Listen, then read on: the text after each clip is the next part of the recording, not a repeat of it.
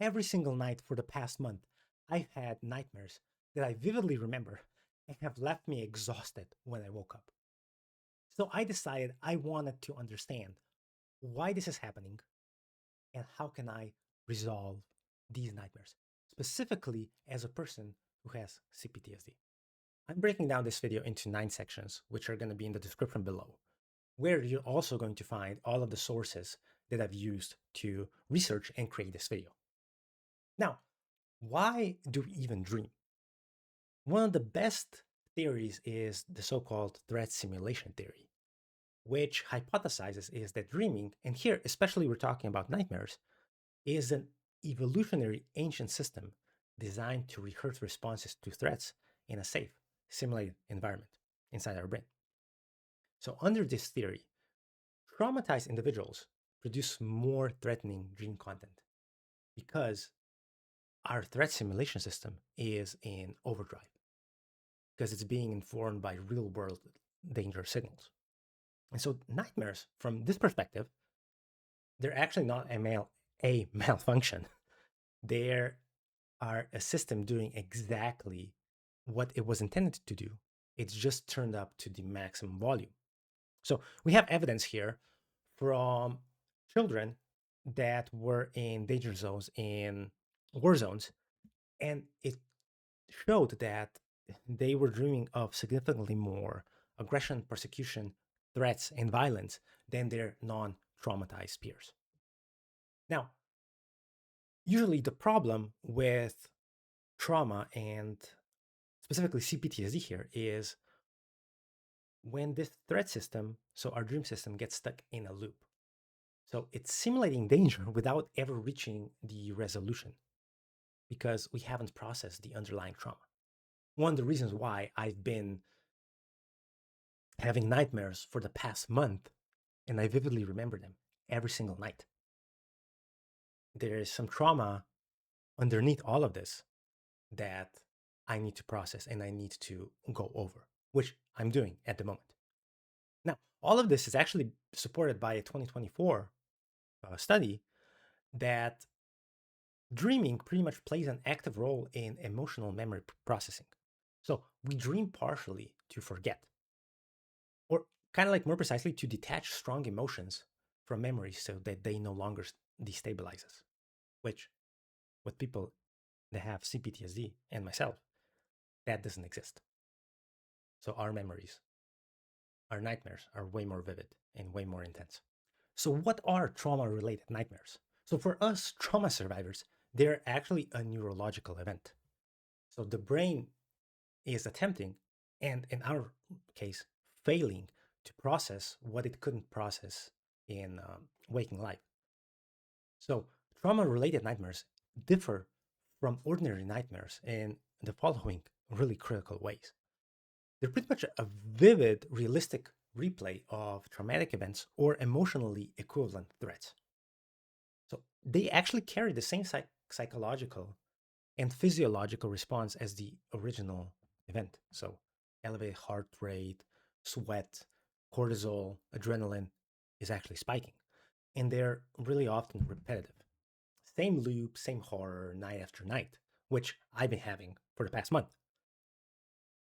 Especially when I've been dreaming the same thing from being at West Point about me being late, me not wearing the proper uniform, people, my classmates graduating, and me just looking at them by the sideline, and me always being late for class, which I never was. And then the last one that always repeats for me is me being stuck in an elevator and actually the elevator falling down and crashing, whereas I'm still alive, but I have a lot of challenges and issues. And when I get outside of the elevator, I have to run from people chasing me, accusing me of me actually this is happening because of me, and all of the things, right? And one of the worst things that can actually happen, so this hasn't happened to me, but it can happen to a lot of people, is because those nightmares are so horrible, so legitimately traumatic because it re-traumatizes us, is that they cause sleep avoidance. So it's this is the brutal secondary problem is you don't want to go to bed. But in order for us to process this, in order for us to feel fresh and refreshed, we need to go to bed. So, and another 2024 study uh, actually found that people, especially with PTSD, so we're not talking about CPTSD here, but PTSD, because CPTSD hasn't been researched that much, is that we are significantly more affected by nightmares than the overall general population. And that nightmares actually amplify all of our symptoms rather than just reflecting them. Oh, we had a bad nightmare. Oh, it's okay, it's fine, right? So this is not for us. When we have a nightmare, we are living in the moment of that nightmare. What's happening inside of our brain during nightmares? Here we have three main actors. The first one is the amygdala, the second one is the hippocampus, and the third one is our prefrontal cortex. Now, for people who've had CPTSD and childhood trauma, we know now that we have a physiological reaction to our nightmares. We sweat, our heart rate goes up, our body is pumping cortisol into our system, and we have adrenaline as well. So the amygdala, which is our threat detection system, does not differentiate or separate something that is a memory or that it's happening right now. And it also doesn't understand the passage of time. So if something happened to me when I was 3 years old, the amygdala doesn't care that I'm 38 right now. It's like, hey, threat detected. I need to act or react, or in this case, overreact, even though if it's in a dream.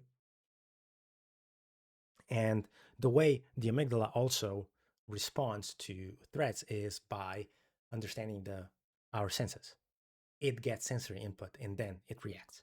Now, when we're talking about people who are quote unquote have normal nightmares, the prefrontal cortex, so our rational brain, kind of like talks the amygdala down. It's like, hey, let's take a break now.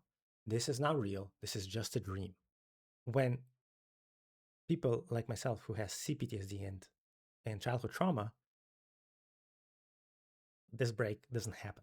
The amygdala just hijacks it all and just starts doing what it does best, making us survive. Now, the third part of this trio is the hippocampus, which is our memory system. It gives our memories context, right? It's supposed to kind of like timestamp and says, hey, this is what happened a few years ago or when we were two, and this is what's happening now. And in traumatized people, this is also impaired. It kind of hides beneath the amygdala. The amygdala is way stronger and it's actually larger in our brains who have CPTSD. So, kind of like now, what happens is that our brain keeps reliving something without the ability to kind of process it and then file it. Oh, this was in the past. And all of this plays out during REM sleep. So, the stage where our emotional memory is being processed, usually in healthy REM sleep. So, we have a specific chemical, so norepinephrine, pretty much drops down. There is not a lot of it there. Kind of like, and this allows our brain to process those fearful memories, those dangerous memories, and kind of like reduce their emotional charge. So, yes, we process them and then we store them somewhere in our memories. So, think about the theory, the threat simulation theory that we discussed before. Now, in PTSD and specifically in CPTSD, this norepinephrine actually stays elevated during REM sleep, and the fear system never gets quieted down. So we go into memory cycles again and again and again, and the trauma can actually deepen instead of being resolved. And until we actually resolve this trauma through therapy, these nightmares are going to be recurring, and sometimes we're going to have them only, let's say, once a month, twice a month, or even we may not have them for a year or two. And then at other times, like I've been having them right now for the past month, they're going to be repeating day night after night after night until we resolve the the base, which is until we resolve our trauma. Now, this is where we come across the biggest challenge with CPTSD and nightmares. It's the fact that it almost hasn't been researched at all. The majority of research on traumatic nightmares has been done on people who have PTSD, which is PTSD from a single event, either combat veterans, accident survivors, assault survivors. And the reason behind this is kind of sad. It's because CPTSD has been formally recognized as its own diagnosis in 2019 by the World Health Organization. The DSM, which means the Diagnostic and Statistical Manual of Mental Disorders, this is the US based manual, still doesn't list it separately. And the challenge behind this is that if there is no diagnosis, then you can't research it and research, quote unquote, a cure. And because a lot of research funding comes from the US, that it means the research does not exist. And the research lags really behind. Now, but one research, which was done in Europe, is really interesting. The study done in 2023 was published in the European Journal of Trauma and Dissociation. It was the first study of its kind to specifically compare nightmares across PTSD and CPTSD. And it found something really interesting and often overlooked. So, nightmare features like frequency, vividness, and emotional intensity significantly predicted more severe PTSD symptoms. All right to hear. But those same features did not significantly predict CPTSD symptoms in the same way. So both groups showed that nightmare severity, impact on well-being, frequency of awakenings, and perceived realism were linked to more severe symptoms. But the predictive relationship differed here. What the researchers predicted and concluded was that there are other variables that may better predict CPTSD symptoms. And pretty much they hinted here that the drivers of nightmares in CPTSD are way more complex and less directly tied to nightmare features alone. Now, what does this actually mean? It means that in standard PTSD, it's pretty much fairly linear. So, worse nightmares equal worse PTSD symptoms. In CPTSD, the nightmare is actually just one of many interlocking symptoms. And the underlying drivers, such as shame, identity, relational trauma, emotional dysregulation, may actually need addressing before the nightmare features shift. So, in my case, I've had nightmares for the past month, and I vividly remember them. I'm tired, exhausted, and can barely function during the day. So, I need straight up like I think this is my fourth coffee of the day, and it's not even 5 p.m. right. But when I started addressing the symptoms of it, so what was happening with me, shame, relations with was specifically here with my mom, the nightmares for the past couple of days have been non-existent.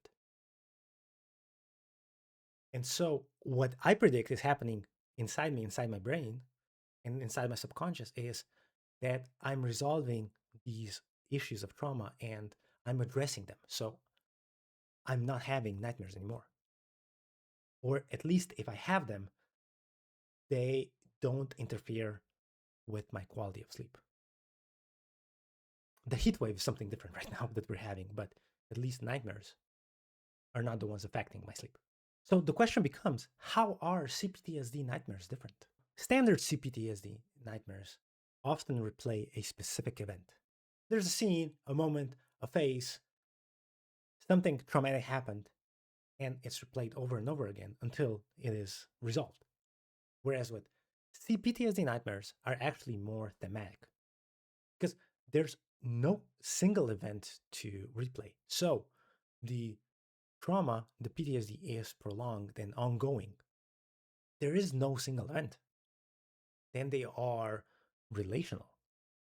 They're often inflicted by caregivers, partners, or authority figures that were supposed to be safe for us. We're supposed to be not be in danger. We're supposed to feel safe with them. And then of course it's most often developmental. So it usually starts in childhood. And it completely reshapes the nervous system itself. And so from these nightmares, we get common themes such as being trapped, being chased, being exposed or humiliated, being abandoned, being portrayed by someone who was supposed to protect you, failing to protect somebody else.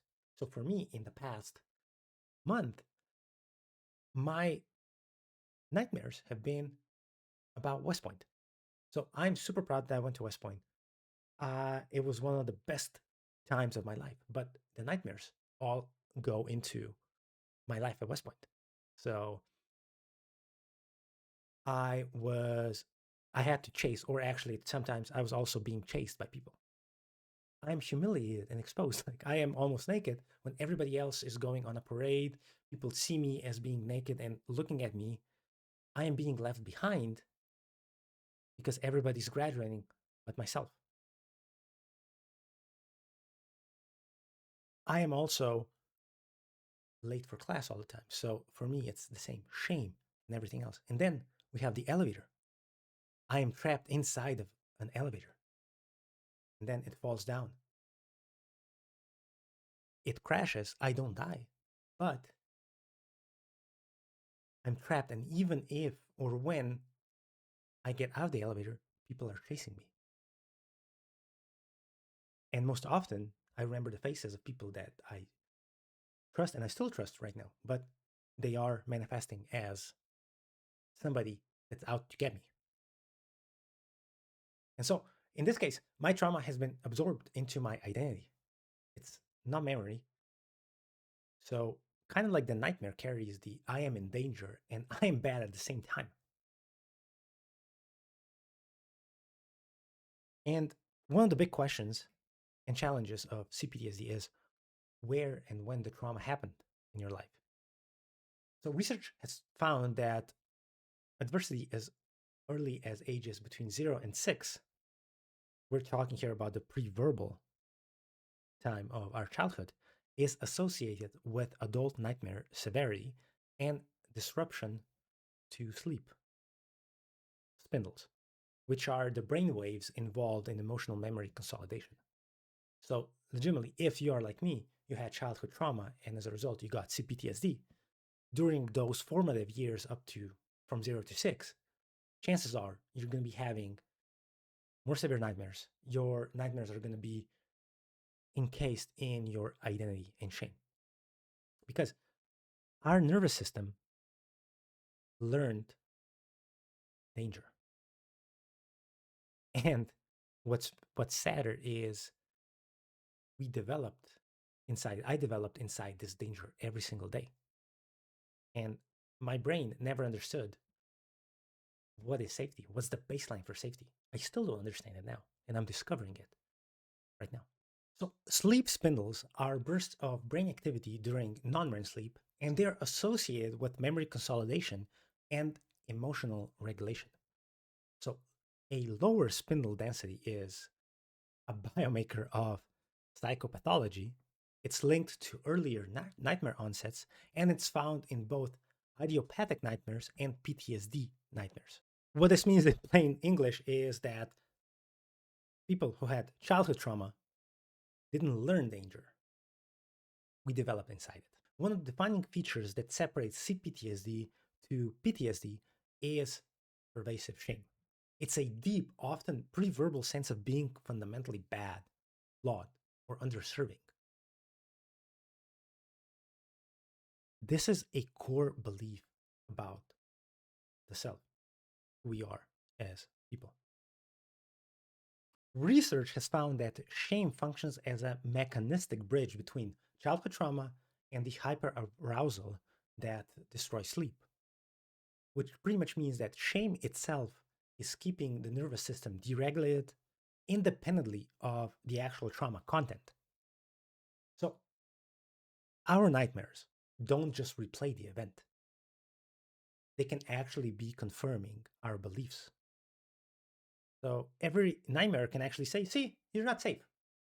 You never were. This is who and what you are. And as a result, this means that we can't just treat the nightmare. We actually we have to treat what the nightmare is carrying, which is trauma. Hence, going to therapy helps. There was one study that looked at CPTSD symptom networks in men and women with childhood trauma, and it actually found something interesting. So, for men with CPTSD, nightmares were the most interconnected system. So, the most central, and it was the most bridging between different symptom clusters. For women, hypervigilance and feeling of failure held that position. It's only a preliminary finding, but it actually suggests that nightmares may be a particular high leverage point for men with CPTSD. And this actually matters because trauma research has historically just focused on either on male combat veterans or women's survivals of sexual violence. But it actually rarely asked how CPTSD symptoms differ by gender and pattern. How to deal with nightmares if you have CPTSD. Now, this is a big challenge for us because standard treatments for sure are not going to work for us. So one of the gold standard treatment for trauma nightmares is called imagery rehearsal therapy, or IRT. So pretty much what happens is you recall the nightmare, you rewrite the ending to something that's more neutral or positive, and then rehearse the new version daily while you're awake. It works really well for a lot of people. Research has proven that, but around 30% of people don't respond well to it. And I'd argue those are the people who have CPTSD, because PTSD and CPTSD still hasn't been researched that much. And why would you be struggling with IRT? Because for CPTSD, the material, it can actually feel too dangerous to approach it all. Even like calm recall can trigger any type of dysregulation. And I almost got dysregulated right now. And the other thing is the nightmare may not have a narrative to rewrite, right? It's emotional, fragmented, pre-verbal, because it's happened to us while we were children for a long, long time. So when I was talking about my West Point experience, I love what my West Point experience. I have my fondest memories are from there, but my nightmares are specifically there. And I know from my memories that I was never late, that I never have done something like that. But my trauma, my nightmares are telling something different. So I can't just say, oh, I was not late. I was on time. I did this, or I was always dressed, because that will not work. And then the other part, so the third part is that shame based dream content doesn't respond the same way as fear based content does. So, yeah, like I said, rewriting the ending doesn't touch the core belief underneath. So, the way I treat these is I let them go through my body. I know that as soon as I get nightmares, and specifically for the past month that I've had nightmares on a daily basis, vivid nightmares, I know that my subconscious is bringing something up, some type of trauma, which in this case means it's trauma about my mom and everything surrounding it. We figured that one out with my therapist. And then in therapy, I talk about this. So my therapist actually told me that she was seeing that some new trauma or things that I have to process were bubbling for the past month for me. But only in the last session, I was actually talking about my nightmares, because I was able to connect them, that I've been having them pretty much every night. And I'm super tired. And she told me I was super tired. And one of the reasons why we had an extra session, just so that we could actually burst this bubble open, so that all the trauma that my body and my subconscious is saying, hey, it's okay, we can process this now. We are strong enough, we are stable enough, and feel safe enough that we can go and address these things. And one of the last things that I want to say here is that I know it may sound counterintuitive, but if I get nightmares, I know that I'm processing something and something is going right. Because, as I said, my subconscious is deciding that it is going to allow me to process another part of my traumatic experiences when I was a child that I didn't know even existed. So if you've ever had extra memories just pop up out of nowhere, that means you've been doing something that you've been processing it. And I get new memories and extra memories most often in between or right before some sort of trauma then starts popping up. And specifically when we're talking about CPTSD, the dream might be the closest thing to a record we have of what we've carried because it's been before we can even remember or before we were able to do anything verbally. It's the feelings. It's, do I feel anxious? Am I scared? Am I angry? This is what we were feeling when we were young, but we just can't say it out loud because we don't have those memories. But we have the core memories. When we're talking about the amygdala, it still remembers how we felt, how it was cold. We were shivering. We were upset. We were alone, abandoned. Nightmares for people with CPTSD are definitely not the enemies.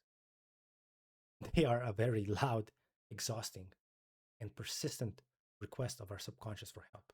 And the way we can give it help is to address them, process them, to talk through them straight up with therapy.